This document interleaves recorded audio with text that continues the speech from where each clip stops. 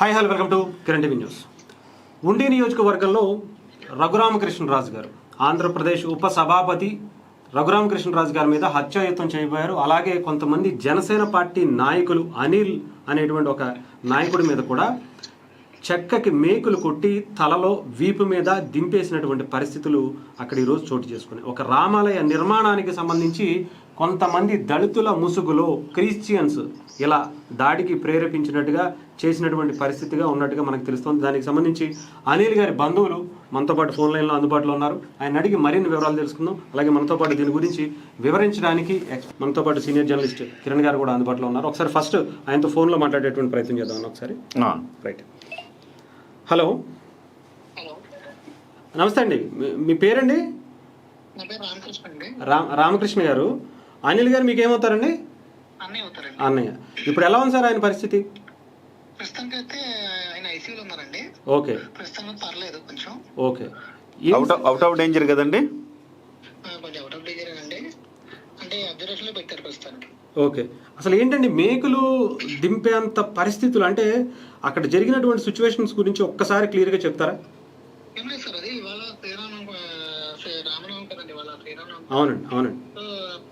పెద్దపేటలోని రామాలయం ఎప్పటి నుంచో అది పాతదై ఉండి అది ఓపెనింగ్ చేయలేదు. రఘురామకృష్ణరాజు గారు ఇవాళ రామాలయం ఇక్కడికి వచ్చి కొబ్బరి కొట్టి చలిబడి పానకం పోతాము అని చెప్పి దాన్ని అసలు రాముల వారికి దండ వేద్దామని చెప్పి ఆయన చెప్పారు నిన్న. సో దానికని చెప్పి ఆ కార్యక్రమం చేద్దామని చెప్పి ఆయన వచ్చారండి వాళ్ళ. రావడం వేరే బయట 2-3 కార్యక్రమాలు ఉన్నాయి చూసుకుని ఈయన ఇక్కడికి వచ్చేటప్పటికి అప్పటికే ప్రీ ప్లాన్డ్ గా మొత్తం అన్ని రెడీ చేసి పెట్టుకున్నారు.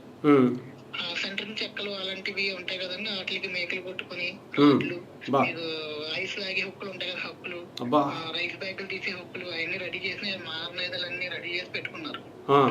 రఘురామకృష్ణరాజు గారు ఎమ్మెల్యే గారు వచ్చిన తర్వాత అక్కడికి ఆయన కార్ మీద ఆయన మీద అటాక్ చేద్దామని చూశారు. కానీ సెక్యూరిటీ పోలీసులు పక్కన సెక్యూరిటీ ఉండడం వల్ల కుదరలేదు. కార్ మీద దౌర్జన్యం చేసి కార్ ని కొట్టడం గేదో చేయడం చేశారు. రాళ్ళు అవి కూడా ఇసిరారట కదండి అక్కడ, మహిళల మీద కావచ్చు, త్రిపుల్ గారి మీద కావచ్చు. మొత్తం మహిళలు ఏంటంటే మహిళలను జుట్టెట్టుకుని లాక్క రావడం, అక్కడ ఉన్న పేటలో ఉన్న ఆడవాళ్ళకు కూడా అటాక్ చేయడం కూడా జరిగింది. రఘురామకృష్ణరాజు గారు ఈ లోపు గుడి లోపలికి వెళ్ళి దండ వేసి వచ్చే లోపలికి 2-3 అటాక్ చేశారు. ఆయన మళ్ళీ ఎమ్మెల్యే గారు కారు ఎక్కి వెళ్ళిపోతుంటే మిగతా ఉన్న వాళ్ళు అటాక్ చేయడం, కొట్టడం. అంటే ఇప్పుడు తల్లో మేకులు దిగిపోయినాయండి చాలా మందికి, కొంతమందికి వీపుల మీద తల్లో మేకు దిగింది. వేరే నాగసాయి అన్న అబ్బాయికి అయితే వీపు మీద 8 కత్తిగాట్లు ఉన్నాయి. పొడి చేశారు. ఎందుకని సార్ అసలు ఎందుకని అంత కక్ష కట్టడం, అంత ఎంత విధ్వంసం చేయటం? అంటే అక్కడ గుడి కట్టడం వాళ్ళకి ఇష్టం లేదండి. మేము అందరూ దళితులు ఉన్నాం, ఇక్కడ ఎవరు హిందువులు లేదు, మీరు గుడి ఎలా కడతారు, ఇక్కడికి రావడించడమే గొప్ప విషయం అయితే మీరు వెళ్ళి గుడిలోకి దండ వేయడం ఏంటి అని.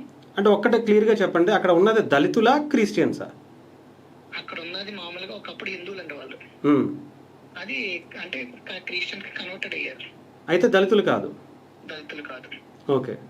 కాకపోతే సర్టిఫికెట్స్ మాత్రం తీసుకోలేదేమో. రీసెంట్ గా ఆ ఇష్యూ కూడా రఘురామకృష్ణరాజు గారు అడిగినట్టు ఉన్నారు దాని మీద. అవునండి, అడిగారు. అది మీకు ఆ విషయం తెలుసు కాబట్టి ఆల్రెడీ అడిగారు. మీరు ఒక్క హిందూ ఉన్నా సార్ నేను ఇక్కడ గుడి కడతాను అని చెప్పి ఎమ్మెల్యే గారు కూడా చెప్పారు. ఇంకా రాజుగారి మాట వినకపోవడం, ఈ ఉన్న ఈ విని ప్లస్ ఇంకోటి ఏంటంటే అనిల్ గారు ఒక ఫ్యూ డేస్ బ్యాక్ ఈ ప్రైమ్ 9 లోని ఇంటర్వ్యూ కూడా డిబేట్ కూడా ఇచ్చారు. దాని మీద కూడా నువ్వు ఎలా లైవ్ ఇస్తావు, నువ్వు ఎలాగా ఫేస్బుక్ లో పోస్టులు పెడతావు, ఎంత చూస్తామని చెప్పి ఆయన్ని పేక పట్టుకుని నొక్కడం జరిగింది. కొట్టేటప్పుడు కూడా ఆ సందర్భం కూడా వచ్చిందండి బయటికి. నువ్వు ఎలా చేస్తావు చూస్తాం, ఇక్కడ నుంచి మీరు ఎలా ప్రాణాలతో బయటకు వెళ్తారో మేము చూస్తాము అని చెప్పి బెదిరించడం. ఎంతమంది వచ్చి ఉంటారండి అలాగా? సుమారు 80 మంది దాకా ఉంటారండి. 80 నుంచి 100 మంది మధ్యలో ఉంటారు. ఇది నిన్నే ఒక 17 సంఘాలు ఏవో నిన్నే ప్రీ ప్లాన్డ్ గా ప్లాన్ చేసుకున్నారు, మీటింగ్ పెట్టుకున్నారు. అవునండి, నిన్న 17 సంఘాలు, క్రిస్టియన్ సంఘాలు, క్రైస్తవ సంఘాలు. అవునండి, వేరే వేరే విలేజెస్ లోని, వేరే వేరే మండలాలు, ఆకిపేట మండలంలో వేరే వేరే గ్రామాలు ఉంటాయి కదండి, కాన్స్టిట్యూన్సీ అని. వాళ్ళందరికీ ఫస్ట్ లో పడదు. వాళ్ళందరూ ఏంటంటే ఈ మొత్తం అందరూ కలిసి గట్టిగా నిన్న కలిసి మొత్తం అన్ని కూర్చొని మాట్లాడుకుని ప్రీ ప్లాన్ గా చేశారండి. రైట్ అండి. 17 సంఘాలు మొత్తం కలిసినాయండి. ఓకే. అంటే 17 సంఘాలు అంటే అవి అంటే క్రిస్టియన్ సంఘాలు, క్రైస్తవ సంఘాలు అంతే కదండి?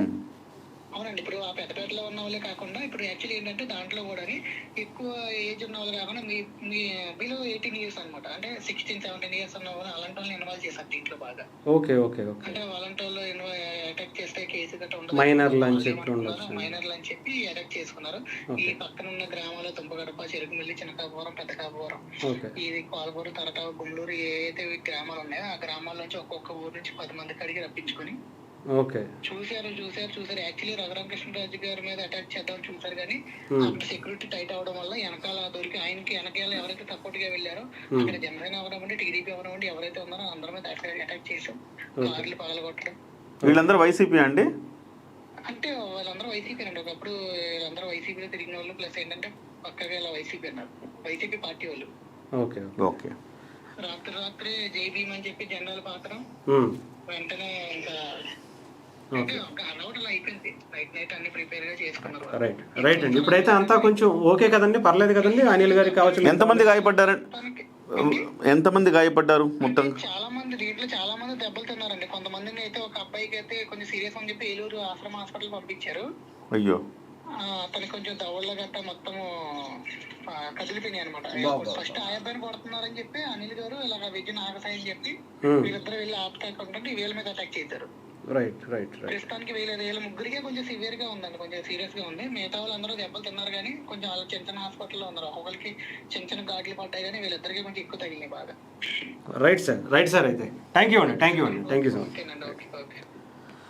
ఇదన్నా ఎలా చూస్తారు అసలు? అంటే వీళ్ళ దళితుల లేదంటే దారుణం అంటే భారతదేశంలో ఇది ఇప్పటికీ సెక్యులర్ కంట్రీ అన్న వాడికి సిగ్గు శరమంటే ఎవడు కూడా దీన్ని సెక్యులర్ కంట్రీ అనకూడదు.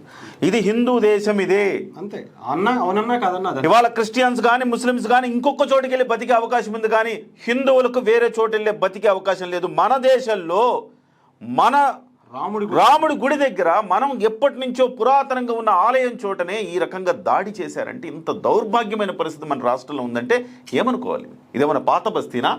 ఇప్పుడు పాత బస్తీని చూస్తే పాకిస్తానా అన్నట్టుగా కనపడుతుంది. అట్లానే ఇవాళ ఈ ఆకివీడి దగ్గర ఇలాంటి ప్రాంతాల్లో క్రిస్టియానిటీ ఎంత వేళ్ళలోకి పోయిందో మనం చూడొచ్చు. దయచేసి ప్రభుత్వానికి మనం విజ్ఞప్తి చేయాల్సింది ఏంటంటే వీళ్ళందరినీ కూడా మీరు దాడి చేసిన వాళ్ళు ప్రతి ఒక్కరిని వాళ్ళని చూపించి వాళ్ళని క్రిస్టియన్స్గా కన్వర్ట్ చేయండి, క్రిస్టియన్స్ సర్టిఫికెట్లు ఇచ్చేయండి వాళ్ళందరికీ. దయచేసి మీకు సిగ్గు శరం ఉంటే ఎవడైనా కానీ క్రిస్టియన్స్గా మీరు ఉండి మళ్ళీ దళితుల ముసుగు మాత్రం వేసుకోవద్దు. నా దళిత సోదరులకు మీరు అన్యాయం చేయొద్దు. ఇవాళ దళిత సోదరులందరూ గమనించాలి, హిందూ దళిత సోదరులందరూ గమనించాలి.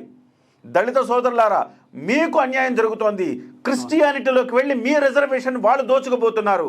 దయచేసి క్రిస్టియన్ అన్న వాడికి రిజర్వేషన్ లేదు. సుప్రీంకోర్టు కూడా దీని మీద తీర్పు చెప్పింది. దయచేసి నా సహా దళిత సోదరులందరికీ నేను విజ్ఞప్తి చేస్తుంది ఏంటంటే మీ పక్కన ఉండేవాడు మీకు ద్రోహం చేస్తుంటే మీరు మాత్రం ఖచ్చితంగా దీన్ని వెలుగులోకి తీసుకురావాల్సిన బాధ్యత మీ అందరి మీద ఉన్నది.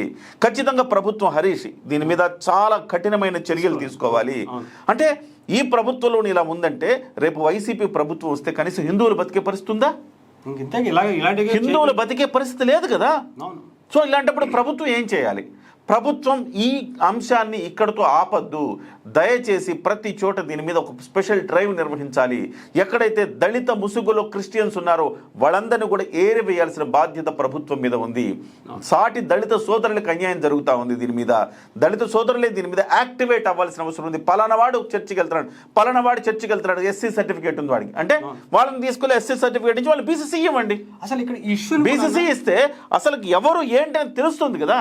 ఇవాళ రాముడు లేకపోతే కృష్ణుడు లక్ష్మణుడు పేర్లు పెట్టుకొని మీరు చర్చిలకు వెళ్ళి ఈ రకంగా మోసపూరితమైన వ్యవహారం ఎందుకు చేస్తారు? అసలు దాడి చేయడం ఏంటి? పురాతనంగా ఇప్పుడే ఉంది.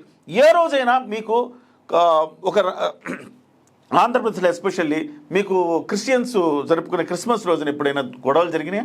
ఏ చర్చి దగ్గర గొడవ జరిగిందా? ఏ మసీద్ దగ్గర గొడవ జరిగిందా? రంజాన్ చేసుకున్నారు మొన్నంతా, మసీదుల దగ్గర గొడవ జరిగిందా? లేకపోతే క్రిస్మస్ చేసుకున్నారు, చర్చిల దగ్గర గొడవ జరిగిందా? కానీ ఇక్కడ ఎందుకు గొడవలు జరుగుతున్నాయి అంటే ఇంత మైనారిటీ లెవెల్లో ఉంటేనే ఇన్ని గొడవలు జరిగితే రేపు వీళ్ళ సంఖ్య పెరిగితే హిందువులు బతకగలుగుతారా? మరో బంగ్లాదేశ్ మరో పాకిస్తాన్ కాదా? బంగ్లాదేశ్లో హిందువుల పరిస్థితి ఎలా ఉంది? వాళ్ళ మీద దాడులు జరుగుతూ ఉన్నాయి, చంపేస్తున్నారు, నిట్టనడువున నడి రోడ్డు మీద కాల్చి చంపేస్తున్నారు, పెట్రోల్ బస్ తగలబెడుతున్నారు. ఇలాంటి దుర్మార్గమైన పరిస్థితులు కనపడతా ఉన్నాయి రేపు. కాబట్టి ఖచ్చితంగా దీని మీద ప్రభుత్వాలు మేలుకోవాలి, డెఫినెట్గా సాటి దళితులకు మీకు అన్యాయం జరుగుతుంది కాబట్టి మీరే ముందు దీని మీద యాక్టివేట్ అవ్వాలి. ఎవరికైతే రిజర్వేషన్స్ కావాలనుకొని క్రిస్టియన్స్లోకి వెళ్ళి రిజర్వేషన్స్ పొందుతున్నారు ఇవన్నీ కూడా ముందు తీసేయాలి. తర్వాత ఎక్కడెక్కడ పురాతన ఆలయాలు ఉన్నాయో అది హక్కు హరీష్. ఇప్పుడు మీ ఊరు మీరుండే చోటు ఉంటుంది, నేనుండే చోటు ఉంటుంది, దాదాపు 10 మంది క్రిస్టియన్స్ ఉన్నా కానీ చర్చ్ ఉంటుందిగా. అంతే అంటే 10 మంది క్రిస్టియన్స్ ఉంటే చర్చ్ ఉండదా? అంటే ఒక 10 మంది హిందువులు ఉండి ఒక 100 మంది క్రిస్టియన్స్ ఉంటే అక్కడ గుడి ఉండకూడదా? ఇది ఎక్కడ చోద్యం? కొత్తగా ఏమైనా కడుతున్నారు గుడి? పాత గుళ్ళే మరమ్మతులు చేసుకుంటుంటే ఎందుకు ఉండకూడదు అంటున్నాను నేను. అలాగే మీరు ప్రతి ఊర్లోకి వెళ్ళి అక్కడ అసలు క్రిస్టియన్సే లేనప్పుడు వాళ్ళని మార్చడానికి మీరు ప్రయత్నం చేసి అక్కడ చర్చిలు పెట్టడానికి ప్రయత్నం చేస్తూ ఉంటే అది ఎంత దారుణం. సో ఇవాళ దాన్ని మాత్రం మీరు మాత్రం ప్రతి చోట ఒక్క క్రిస్టియన్ లేని చోటకి వెళ్ళి మీరు అందరూ కూడా క్రిస్టియన్స్ చర్చిలు పెట్టచ్చు, అక్కడ వెళ్ళి అందరిని మార్చే ప్రయత్నం చేయొచ్చు. కానీ ఎప్పటి నుంచో పురాతనంగా ఉన్న ఆలయానికి మళ్ళీ మరమ్మతులు చేసుకోవడం తప్ప ఖచ్చితంగా చాలా సీరియస్ ఇష్యూ ఇది. డెఫినెట్గా మొక్కై వంగ అనేది మానై వంగన. ఇవాళ మాత్రమే ఇవాళ నుంచి ఇవాళ దీని మీద మనం జోక్యం చేసుకుని దీని మీద ప్రభుత్వం చర్యలు తీసుకోకపోతే రేపు తీవ్రమైన పరిణామాలు ఎదుర్కోవాల్సి వస్తుంది. హిందువులకు బతికే అవకాశాన్ని వాళ్ళ హక్కుల్ని కాలు రాసే పరిస్థితి ఏర్పడుతుందని చెప్పి చెప్తా ఉన్నా. నిజంగానే, ఎందుకంటే క్రిస్టియన్స్ అనేవాళ్ళు క్రిస్టియన్ అని చెప్పుకోవడం అఫీషియల్గా చెప్పుకోలేని వాళ్ళు అసలు నిజంగా వాళ్ళ దేవుడికి ఏం విలువిస్తారో ఆ దేవుడు వీళ్ళకేమి చేస్తారనేది కూడా ఆలోచించుకోవాలి. థ్యాంక్ యూ అన్న. ఏదైనా చూద్దాం మరి. జై శ్రీరామ్. ప్రభుత్వం ఏమైనా కథలు వస్తుందో లేదో కూడా చూడాలి. అందరికీ జై శ్రీరామ్.